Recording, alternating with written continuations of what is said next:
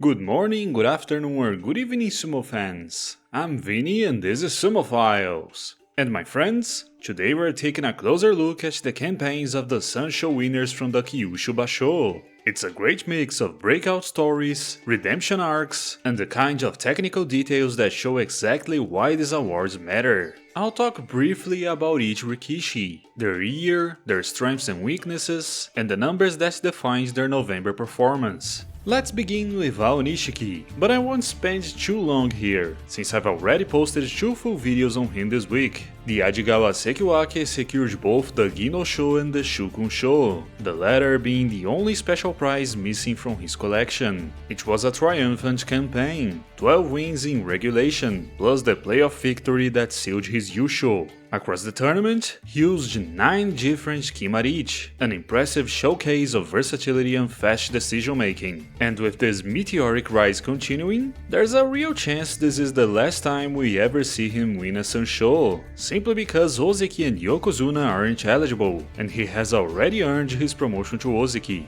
Another gino-sho winner was Yoshinofuji, the Maegashira 5 making his debut under his new shikona. And what a debut it was! A solid 9-6, capped off with the honor of carrying Aonishiki's banner during the Champions Parade. The Isegahama prodigy faced 5 of the 7 Sanyaku, beating 2 of them, including Yokozuna Onosato, earning the first Kimboshi of his career, and Aonishiki, the eventual champion. In fact, Yoshinofuji was a major reason the tournament remained so exciting, as the Nishinoseki Yokozuna was undefeated until their matchup. But there's one detail that stands out in a less flattering way. 6 of his 9 wins came by Yorikiri. That shows strong Mawashi instincts and physical power, but also hints at a somewhat narrow toolkit. When he needs intuition or creative problem solving, he still struggles. It's nothing unusual for a rising star, and with how high he'll likely climb,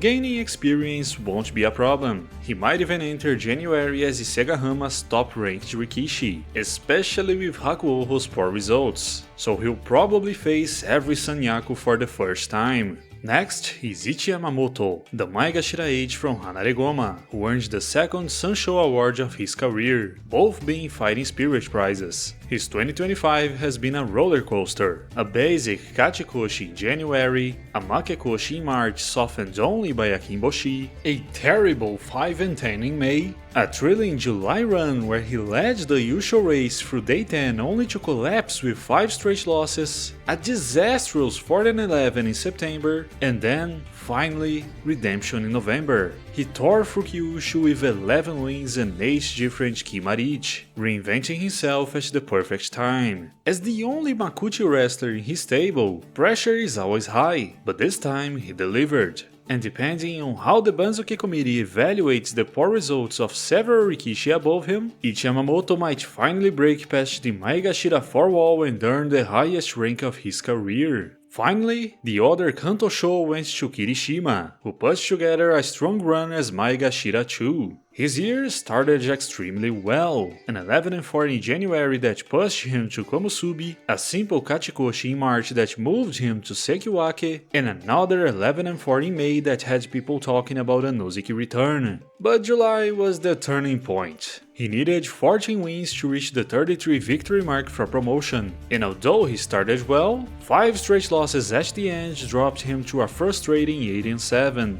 September was even worse. Again needing 14 wins, he collapsed under pressure and finished 6-9, losing his rank. It was a rough moment in his career, but November changed everything. Leaning on his phenomenal footwork, Kirishima earned 11 wins and used 6 kimarichi. Yes, 6, as his win over Takayasu was by Tsukihisa, where the veteran simply lost balance and touched his knee down. He also defeated 3 of the 7 Sanyaku he faced and finally looked like the rikishi who once stood among the sport's elite. And with the poor performances of Komusubi Takanosho and Sekiwake Oho, his return to the Sanyaku is virtually guaranteed. I believe it comes as no surprise that the sumo world has high expectations for these 4. Aonishiki is extremely hyped and is being speculated postulated as a potential Yokozuna. Yoshinofuji is not far behind, although it is clear that he still has a lot to learn. Ichiyamamoto, who has had a career of ups and downs, is a symbol of perseverance, and we want to see how far it can take him. Last but not least, Kirishima has the masses behind him, and everyone wants him back to his prime in the Ozeki rank. So let's see what the Kyushu Basho has in store for us. Anyway, that's all for today. So if you enjoyed this video, consider liking it, subscribing to the channel and turning on notifications so you don't miss any future content. That's it guys, until next time.